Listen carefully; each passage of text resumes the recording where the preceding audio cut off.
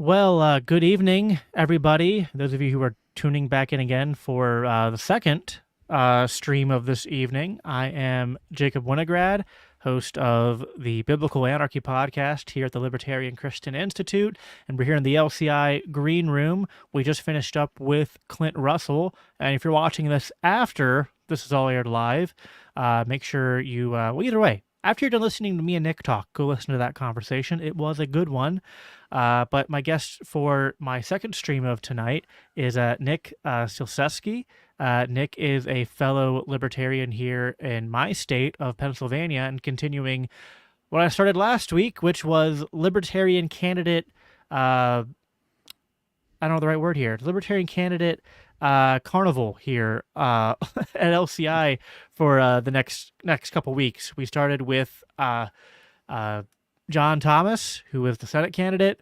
We then had Chase Oliver on, and now we have Nick on. He's gonna be in the middle of this wave of Libertarian Party candidates and activists here. I already told people that I have Angela coming on next week, and then I also have another LPPA candidate, Reese, coming on. So a lot of good stuff coming up. But Nick, thank you for being here. How are you doing tonight?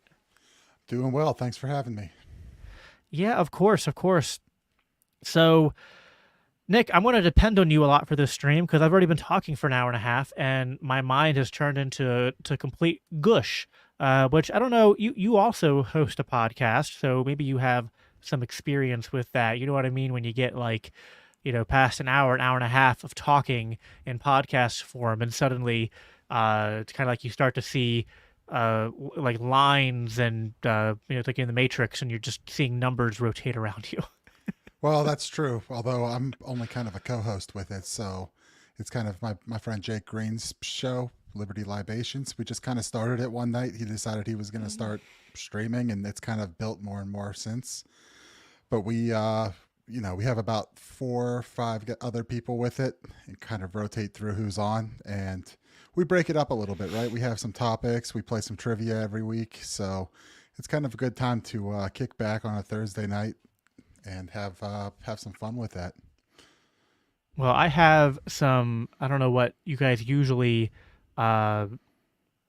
consume in your libation stream, but I have a pretty good collection of whiskey upstairs in my my cabinet. So if you ever need a guest, I'd be happy to hop on one week. But Yeah, I can see about getting you in on that at some point soon. yeah, I imagine. Yeah, I don't typically drink during streams, but I feel like just a little bit would help take the nerves off and help you to relax a little bit. Sometimes to even probably sometimes when you're, I don't know if you run into this, like I can sometimes when I'm talking during, especially like a live stream, I have so many things I want to say, and I'm too indecisive to just pick what I want to say, and so that's where you get the stutters in. But if you just get something to kind of take the edge off and relax you a little bit, probably just go with the flow a little bit more naturally. But we're here to talk more than just about libertarian podcasts. We're talking, every libertarian has a podcast. That's kind of the meme, right? But not every libertarian runs for office, and you somehow got conned into doing that. So, Nick, tell us a little about that. What led to you deciding to run for treasurer here in the Keystone State? Right. So I didn't have any intention this year of running. So I'm Pennsylvania born and raised. I'm native here, born and raised just outside of Pittsburgh. Went to college in Pittsburgh. Stuck around here a little bit after college. The job I had said, "Hey, we've got a new opportunity for you in Texas." So moved down there, and then COVID hit. Texas oil fields were not great at that time, so I ended up getting moved again to Georgia, where at some point down there I joined the LP, and then decided to make the move back up to Pittsburgh. So because of all that moving around, I wasn't eligible to run for like a state rep race to kind of push a little bit of the localism that that at least I think myself as a member of the Mises Caucus kind of try to push and kind of the strategy I'm on board with. So that kind of led, into convention where we're looking at who's running for what, and there weren't really too many people who were all already announced for things. So it was kind of like looking around who's going to be willing to step up. The idea didn't even really cross my mind until a couple meeting, it was a couple days before convention. We were having some meetings, and and some of the guys were like, "Oh, you know Bitcoin, so that might be a good talking point for treasurer." So it was in my head a little bit at that point. And then when we got to convention, it was like, who's going to step up? And I decided, all right, fine, I'll step up and I'll see how this goes. I've been at least interested for, with this in how the actual candidate process works. Everyone thinks, okay, you just put your name on the ballot and that's that. But I mean, there's a lot of steps to running for office, and I probably haven't been doing it great, but at least it's getting my feet wet in this in kind of, I guess, a big way, because it's a statewide office and there's a little bit of visibility there. But at least this experience kind of lets me understand what needs to be built, kind of how much a campaign would actually cost, what needs to be done. And hopefully I'm looking to turn that into a local run for something next year, and at least help candidates, in the future. I think one thing we sorely lack is like competent campaign managers, people who've been through it, know what to do, kind of have all this ins and outs. There's some people, but a lot of it is not there, right? I mean, I'm kind of running my own campaign myself. I'm kind of piggybacking where I can with the other candidates here, splitting up what I can. But it would have been nice coming into the year knowing, okay, I'm probably going to do this. Assemble a team, start raising early, and start, kind of be on the ball with it. Yeah, so you brought up the Mises Caucus, and by the way, before I even go any further, I'll do my standard disclaimer that LCI, we're a nonprofit, and so we don't endorse any political candidates or parties or caucuses or any of the other isses that exist within politics that can be endorsed. But we do like talking to people who are doing those different things because it gives us an opportunity to educate our viewers about things pertaining to politics and libertarianism, free markets, and all of that. And so you brought up the Mises Caucus. I was talking a lot about Mises and Austrian economics on the last stream I was doing with Clint. And maybe you want to talk a little bit about the Mises Caucus and what they are and what led, I think, probably fair to assume Mises Caucus is partly why you got involved in the Libertarian Party and ended up in the position you're in today. So maybe you want to talk a little bit about that and sort of what what the draw was there in your experience with it. Yeah. So I first started kind of getting into the whole libertarian rabbit hole around 2016. I was introduced by a friend I worked with to like Tom Woods, and that led to Dave Smith and all these, all the standard people that we all know and have listened to, interacted with, everything like that. So for a while, it was kind of just a hobby. You're at work. I'm an engineer. A lot of my day spent on the computer, clicking away on the computer. So it breaks up the day having something in your ear, listening to something, trying to learn something. So that was kind of where I was starting with it. It was a hobby, learning, reading. So I remembered when the Mises Caucus kind of first started and was making the initial rounds, and I'm like, oh, those kind of sound like my people. They're kind of in line with what I'm thinking.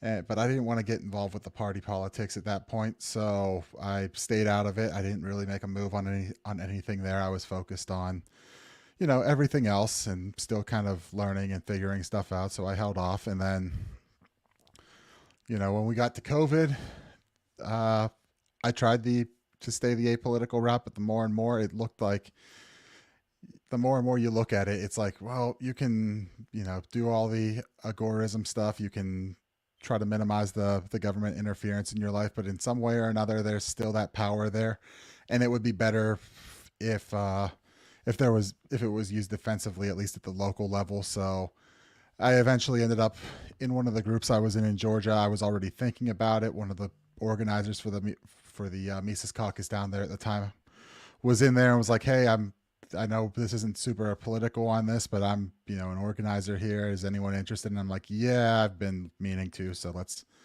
get involved with that." So I did that, and it's really the kind of three planks that we were starting with there was um, the inner party stuff. So the party really lacked the proper response to COVID, in my opinion. I think it came off weak when we should have been the loudest ones standing up for what was right as libertarians. That the party was kind of like, well, it kind of came off as, well, mandates are bad, but you should voluntarily do what they say.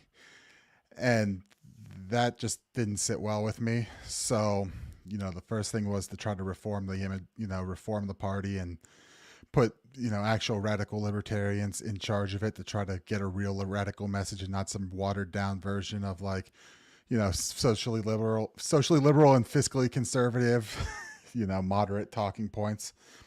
The second part, the local elections, I think that was proven even more serious, even more important in that COVID time, where we were looking at, the governor saying things and local mayors declaring their own rules and restrictions and all kinds of things. And it's like, it'd be very easy for someone in a local government just to say, "Hey, we're not doing this. We're not going along with it. We're ignoring all of it." So that kind of resonated with me at that point. And knowing that, elections at the local level are fairly winnable, and, you can at least get out and talk to most of the voters and you can try to win people over person to person. I thought that was probably a good start to try to build up actual libertarian principles and ideals in elected positions. And the third one being the issue coalitions, which we I don't know why it's controversial or hasn't been done that well, but I mean, there's other people that align with us on particular issues, and we should be working with them not only to advance those issues, but also say, "Hey, we align here. Maybe you can come to understand why our ideas here are better," and win them over that way. And at the very least, we get what we want over. We possibly get something that we want overall by through those coalitions. So that kind of three-prong point, those three prongs kind of what won me over to joining in and getting involved. And not long after getting involved there, I ended up becoming an organizer in Georgia and kind of starting my county party and eventually becoming state chair before moving, not chair, vice chair before moving back here. Yeah, I can say a lot of that makes sense. I had similar thoughts around COVID in 2020 regarding the LP and just the lack of messaging and everything that's talked about with Clint. The last episode is everything about issue coalitions and A, why they're effective, and B, still trying to figure out why they drive some people absolutely nuts. And Yeah. it's a funny thing. I will say that uh, something we should maybe talk a little bit about is the sort of like the local efforts, focus on local politics. And one of the things that I feel like a lot of people are starting to realize more, but usually for bad reasons. Usually, so COVID lockdowns, this came up, and might start to see some of this with what's going on with the hurricane and the lack of response from the federal government, and how the local authorities are kind of like coming in and saying, "Hey, you can't stop people from doing X, Y, or Z, especially if you're not going to do it." But it's the idea Right. of resisting federal tyranny from the state and local levels, and even in some instances nullifying uh, federal and state laws at the local level. Because I think there's so many people, and even maybe some libertarians of the past in the old guard of the LP, who kind of thought, well, the conventional thing is you run someone for president and they win the White House, and you try to run Senate candidates and House reps and just get enough people to change certain laws, pass the laws you want to have. Well, that's hard enough to affect change if you're working through or the Republican or Democratic Party. Doing it through the third party is almost impossible. And so people go, well, why even bother with it? And the local stuff seems to be where a lot of work can be done on so many areas. I don't know if you want to touch on that a little bit. Just sort of uh, there's various things you can do. There's the 10th Amendment. There's nullification. There's obviously uh, electing people to law enforcement and stuff. But I know that's a huge emphasis of the Mises Caucus, and one that I feel like, I mean, it gets talked about, but it can never be talked about enough, because I think it's one of the most important paths that we need to consider as we try to not just talk about libertarian ideas, but try to implement them. Yeah. So there's a lot to touch there. Yeah, I think local matters for every reason that you mentioned there, but also even as far as accountability purposes, right? So I don't know if you followed this story at all. I've been catching a little bit here and there, but this mayor of a village out in Illinois, just south of Chicago, and she's been basically kind of using the town's funds as her own personal bank account, from what it appears to be. Like, fired the police chief, the assistant acting police chief now was like on her payroll. She's like, the overtime the cops are paying were like, they were getting paid overtime as her private security, to the point of working all but like maybe 30 hours a month. Like, just this absurd amount, like spending on lavish stuff, expensive cars, all kinds of insane stuff with taxpayer money. And there's federal investigations into that now, and it went from like I believe that village went from a surplus of like $6 million to being like $3 million in debt from a bad politician.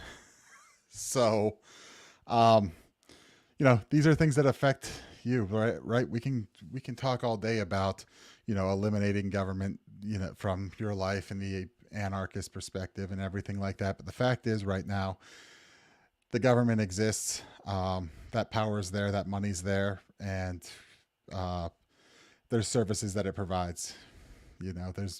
We have our opinions on better ways to do things, but right now we don't.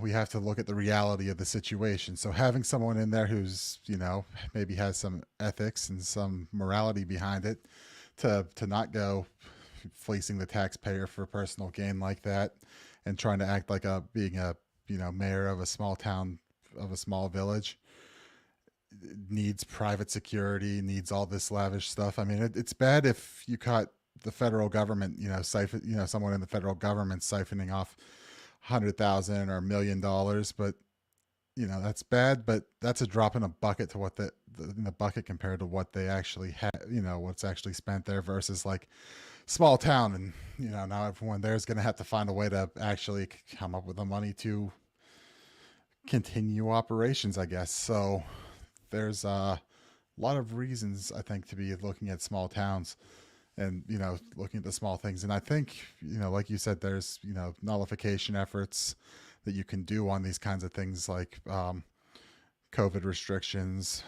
But I think in Pennsylvania we have some very interesting systems here.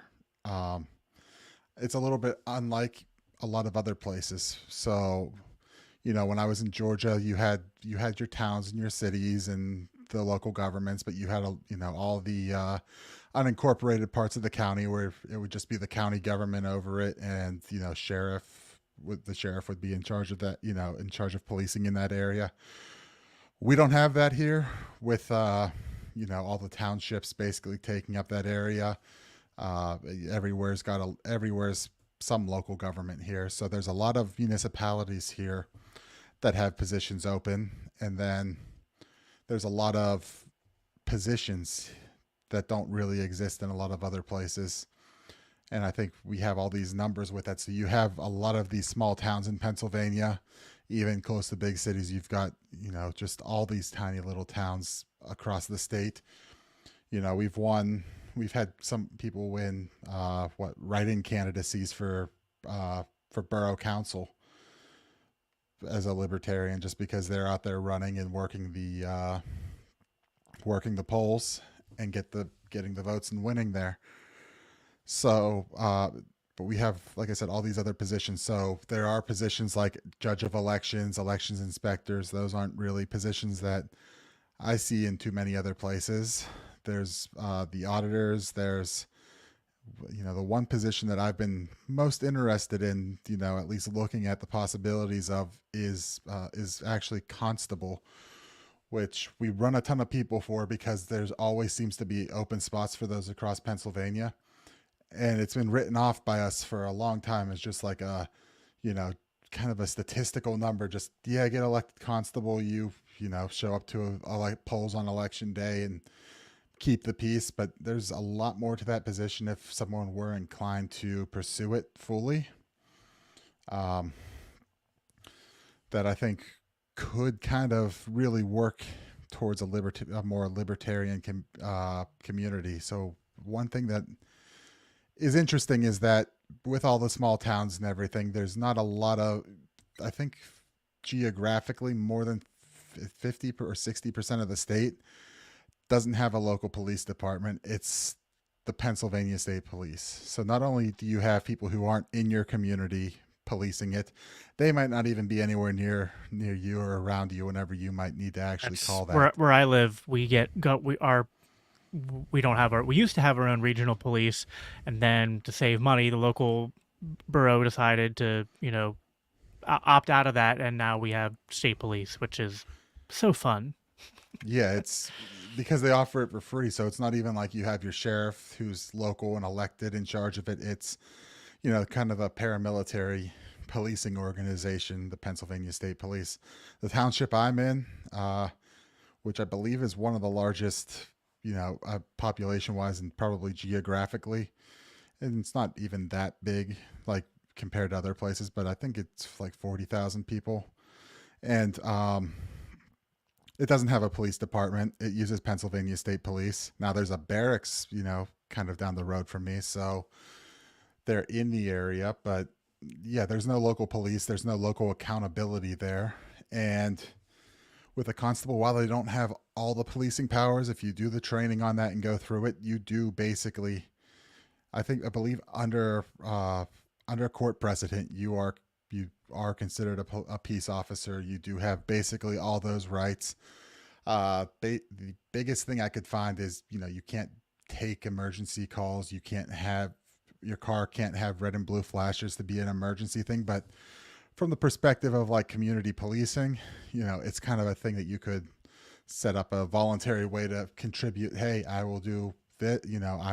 I'm elected to this position instead of doing these other roles of the job, like serving warrants or something like that. I'll just use these powers to kind of patrol my community, my neighborhood, and make sure nothing's going wrong. And you also have the ability, if you're the elected constable, to create deputies in your geographical region as well. So you could deputize a couple people. I believe that takes actually getting a judge to agree to it. But at least you can come up with a more local voluntary method just like that, kind of using the system as it is. So that's been one of the more interesting positions that I think could be looked at for something in the future. Yeah, no, that's definitely something to consider. I mean, I won constable a few years ago, so I can attest it doesn't actually take a whole lot. I mean, I might have only had a few dozen people vote for me. Right, and if Yeah. there was no one on the ballot and you realize the position's empty, you basically just have to go ask a judge to appoint you, and that's that. And so it's directly elected it's got, the powers are statewide, so you can operate anywhere, so you don't have to be in the geographical region that you actually were elected in, but so that opens up a little bit of opportunity. And you kind of work for yourself as an independent contractor. There's no, the local government can't actually, they aren't your boss. You don't have a boss. You're kind of directly responsible just to the people who elected you. So, Yep. So you're running for treasurer. And you mentioned you have some uh, fair bit of knowledge about Bitcoin, and so that's probably something that you tie into your platform as you're going around running for this position. So let's talk a little bit about that. Like what sort of things? And it doesn't have to even be Pennsylvania specific, but it could be because as a Commonwealth, we sometimes have weird peculiarities compared to other states. But what are some things that are part of your platform that you hope to get out as the message to the potential voters to consider, even if you don't win, which I think you would say it's at least an uphill battle for any libertarian to win a statewide race. But that's not all that can be gained. Obviously, you can put a message out there and tell people to, consider joining the party, consider making a protest vote, but also consider ideas that are practical towards, improving their everyday lives if certain policies were to be implemented at the state level, federal level, local level. So, what are some of those things when you're running as treasurer that you're going to talk about and that you've included in your platform? Yeah, I think the biggest thing here, and like you mentioned Bitcoin, everything in my mind kind of ties back there in some way or another. But to start with it, I think the biggest thing that I'm extremely concerned about is government debt at all levels. I think it's a ticking time bomb waiting to explode. So if you go back to 2020 in the height of COVID, the federal government printed $6 trillion, and that's that's a fairly big number.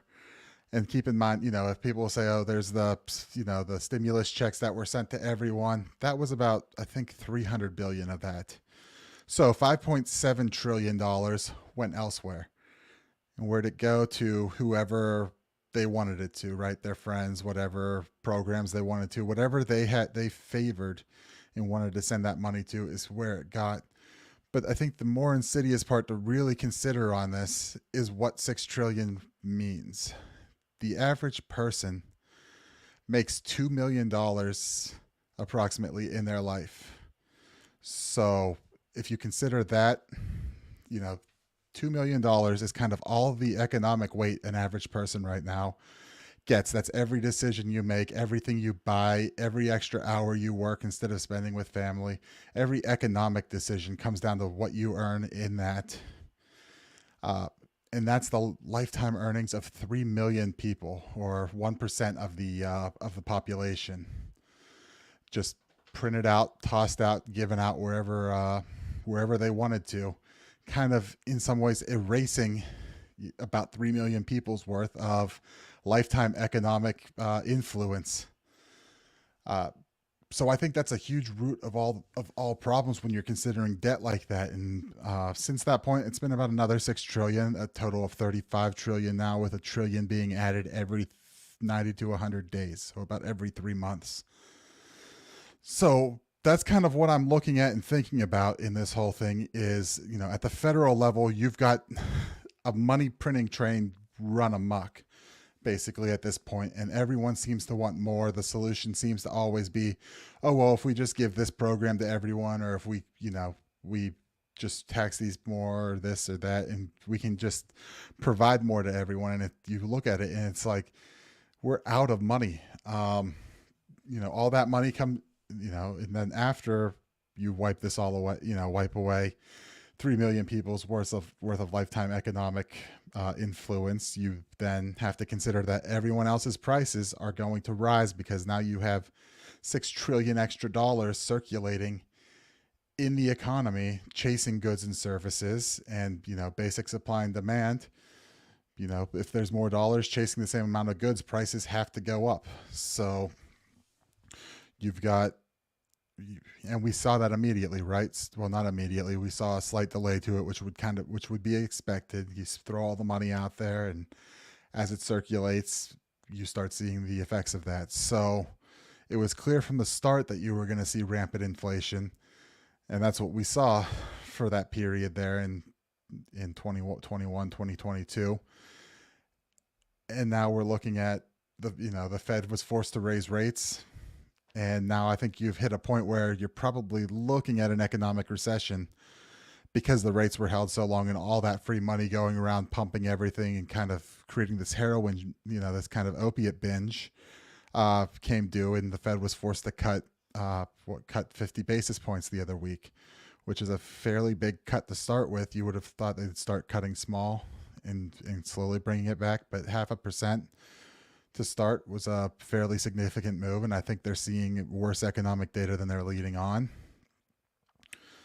So you have that. You have Social Security, which was promised as a lockbox for retirement, but of course they spent every dollar of that wasn't used in a year to actually cover Social Security payments. So there's nothing there. It's just it's just an intergenerational wealth transfer from the young people who are either starting their careers or starting families to the people who have retired and had an entire career to save up for retirement and have savings, have houses, so it's an intergenerational wealth transfer from that perspective. And then the Congressional Budget Office, I believe, came out the other day and said that Social Security had about 9 years of solvency left. So we're looking at rampant inflation. We're looking at crazy amounts of money being printed, not enough money to cover these liabilities that the federal government has said. From a more local perspective here in Pennsylvania, the Secretary of State website is claiming that the per capita debt is about $4,000. The Debt Clock website, if you look up there, Pennsylvania, they're saying it's closer to 11,000. And that's on top of, like I said, the 35 trillion, which equates to about $110,000 per person, I believe. So every single person's share of the debt, in Pennsylvania, between the state and federal debt is, somewhere around $115,000 to $120,000. And there's no plan to pay this off. It just kind of goes, it just is going to get kicked and kicked and kicked down the road. Your children are going to pay for it. Your grandchildren are going to pay for it until the weight of the system basically collapses in on itself. And, I don't want to be like predicting anything but if you look at what kind of the natural reaction to something like that is there has to be the day that the bills come due, and that might be coming sooner than later as the amount of money spent towards paying debt comes closer to the amount of money actually raised by the federal government through taxation. So looking at these economic points, it felt like at least I have a bit of a solution in Bitcoin, at least personally, in my opinion.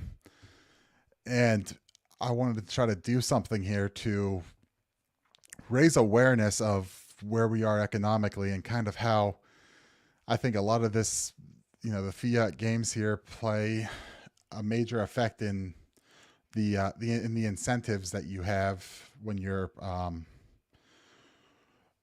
in the incentives of when you're making decisions for your life. If your money's losing value, you're not incentivized to save it. You're incentivized to spend it as soon as you get it. You're incentivized to take on debt because that's going to be worth less in the future than it is now. So you might as well, get it now. It creates this high time preference behavior.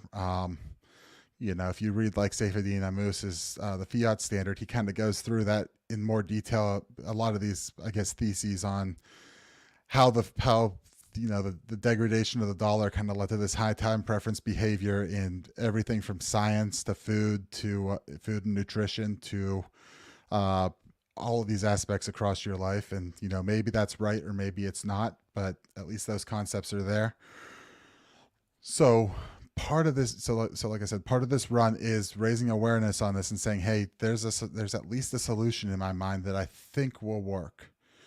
I can't be 100% certain, but I'm at least taking some of it, I'm at least putting my money where my mouth is and taking on taking this, thinking that it's going to be better better in the future through that. So, is there time to right the ship? Federally, I'm not sure. At least here in Pennsylvania, I think there's ways that we could at least, slow it down or stabilize Pennsylvania to the point where we don't, where Pennsylvania can continue to prosper regardless of what goes on at the state level. So that's kind of what I'm getting out there as the major point of my platform. Yeah, no, I like it. I think that what you're getting at, which you sort of hinted at the beginning when we were talking about, the Libertarian Party and the Mises Caucus, which I've always thought about, even though it's maybe classically pairing up Libertarian Party activism with more agorist like thinking is sort of like historically, a little bit weird because agorism sort of a critique of uh started as at least a critique of political action, but I kind of feel like there can be an intersection in promoting, like alternative markets and currencies that can, sort of compete against the state and uh, also kind of give yourself a little bit of sovereignty and protection from state control.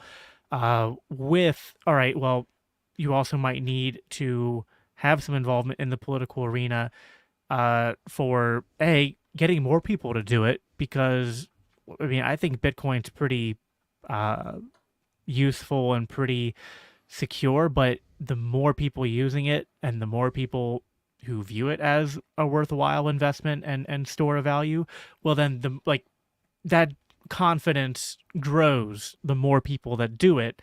And then also the more that you can have people in the political uh, sector that are working to decentralize everything, not just from a financial standpoint, but that are working to uh, decentralize states so that where they're less dependent upon federal money and focus more on their local economies. That all create it all works into each other the way you're talking about. And as I kind of ended my last stream on after Clint hopped off was that like I do this because I got 5 kids who I'll have to hop off here in a moment to go put to bed. But I do this because as you said, I don't want them to be drowning in, I mean, we're drowning in debt. I don't want them to be drowning in even more debt and essentially be in a system where they're either enslaved financially to the state or worse, the state collapses and they're living in whatever comes next, some kind of, post-state globalist nightmare or something else. I would rather find ways to protect them. And I think that kind of starts by not just making yourself financially independent and secure, but like you do kind of have to do stuff to help the community and the broader community around you be like, because like it doesn't matter how secure you are, you kind of are only secure as your environment is. Right. And if like if like if you have a bunch of money and a bunch of food and stuff like that, but like you're like that meme of the dog in the room that's on fire, go like, this is fine. It's like that's not good enough for me. We need to go out there and do what we can. And I think what you're doing is a great example of that strategy in action, of using the sort of bully puppet of running for office as a way to spread a message and to plant seeds that hopefully you and others in this movement can continue to foster and grow in the years to come.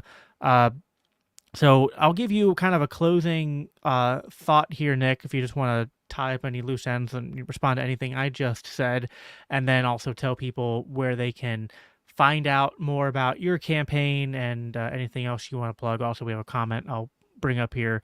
Said that somebody already mailed in a vote for you in Carbon County, which that's a reminder to, there's 300 of you watching, and I don't know where all you live, but if any of you live in PA, you can go out and vote right now, and I'd encourage you to do so. And even if you can't, I would encourage you to at least show up on voting day and vote. And, I can tell you to vote. I just can't tell you who to vote for. Although I would encourage you to at least consider the definition of insanity is doing the same thing over and over again, expecting a different result. So take that for what you want to take it to mean. But Nick, why don't you give us your final thoughts and then plugs, and then we'll get out of here. Yeah, well, first, I want to thank Henry for the vote. I appreciate every vote that comes in. it makes a difference. I think a little bit. If we as as one of these weirder positions, right? I don't think many people kind of fully grasp the role of state treasurer.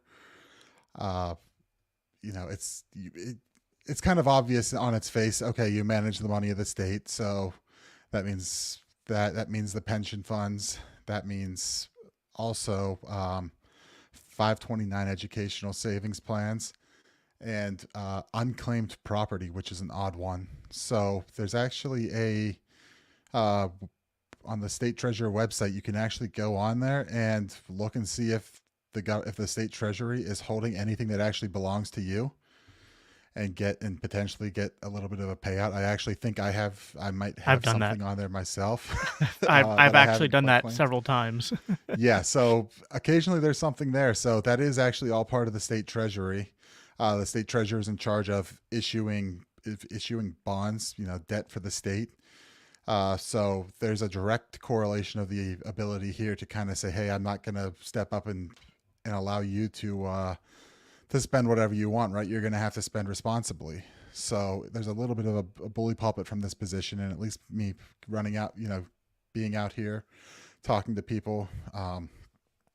Just before this, I was actually down in Pittsburgh at at an event put on by a voter group. They invited every candidate they could.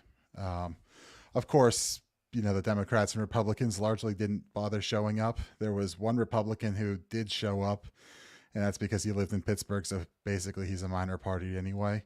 Uh, but small group. It was in a church. We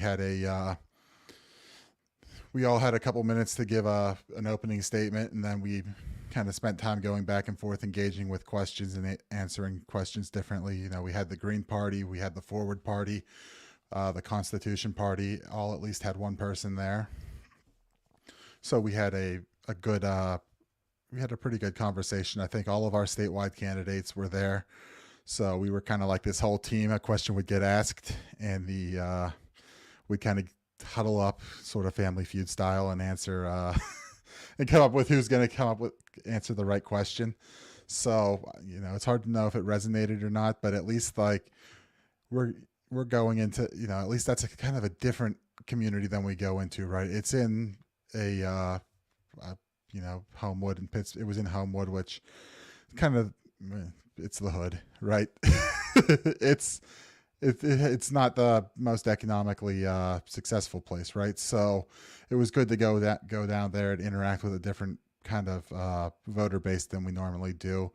A fair amount of people showed up, which is always nice seeing people wanting to come out. One lady even said, "Oh, I've already mailed in my votes, but I came anyway." So there's at least people are kind of looking and wanting to know a little bit more. So at one point, the elected state rep for one of the areas nearby kind of came in, and he came in late, but as I was kind of railing on he was in the room as I was giving my closing, kind of railing on spending and how I would rein that in. So that was at least kind of nice to put out there in the world, and you never know what might grow from that. So, um, we there's always things you never know who you're going to reach. We had during petitioning, I think we always had some.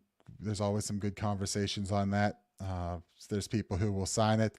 There's people who are bought into one way or the other and just ignore you on, just they don't want anything to do with it. I'm red team, I'm blue team, and that's the only thing I vote for. And then there's people who want to get into, deeper discussion and kind of understand things more. And even if they don't come around, you plant seeds where you can on some of this stuff. So, the treasurer race, being that it's an odd position, it's kind of hard to, even in my mind, there's a lot to grasp with it that I still don't fully have grasped. But I think I have I have a good overall perspective on it, and I have at least a thesis on how to maybe improve the state finances and hold it down. And I have sort of my concept for prosperity here in Pennsylvania being, privatize, which is something we libertarians are all about, getting the government out and letting the market compete to provide goods and services that lowers prices and creates better products. energize. So, we're one of the largest natural gas reserves in the world here in Pennsylvania.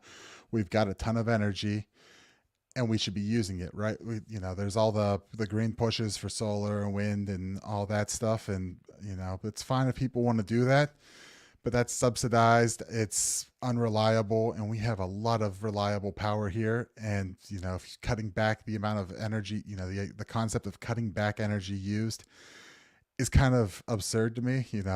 Prosperous societies, grow in the amount of energy they consume. They don't cut it back. So um, there's a lot with Bitcoin. I kind of think incentivizes that and incentivizes things like one thing that's come up is uncapped natural gas wells. So there's a lot of natural gas wells sitting around Pennsylvania that aren't capped, just leaking natural gas up into the atmosphere.